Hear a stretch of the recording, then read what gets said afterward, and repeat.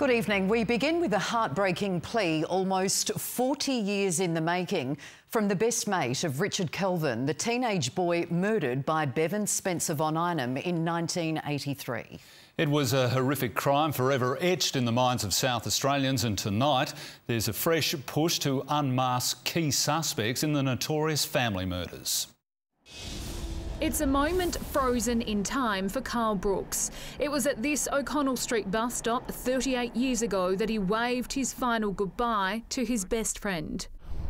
I still have nightmares. I still have thoughts that haunt me. He's spent every day since looking over his shoulder, and today, for the first time, he's returned to the scene.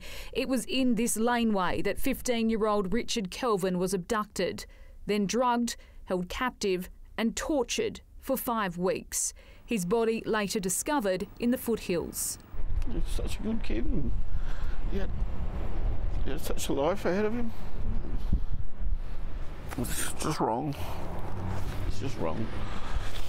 Richard Kelvin's death was one of 5 linked to the so-called family murders, a series of sex killings in the late 70s and early 80s. Alan Barnes, Neil Muir, Mark Langley and Peter Stogneff.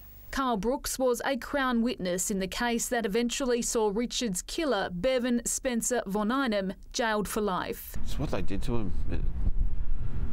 It's horrible.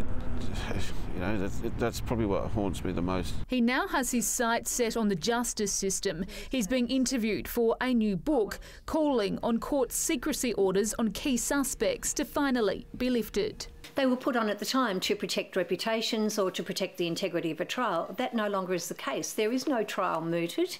While several suspects were unmasked by the courts in 2019, secrecy orders remain on more than a dozen others. At this stage, Major Crime says it won't be reviewing the remaining orders. Some of the worst crimes committed against children, and people are still suppressing the suspects. Why are they unsolved? I think they are solvable. If not for closure, then for justice. I always feel like he's looking over me, looking after me.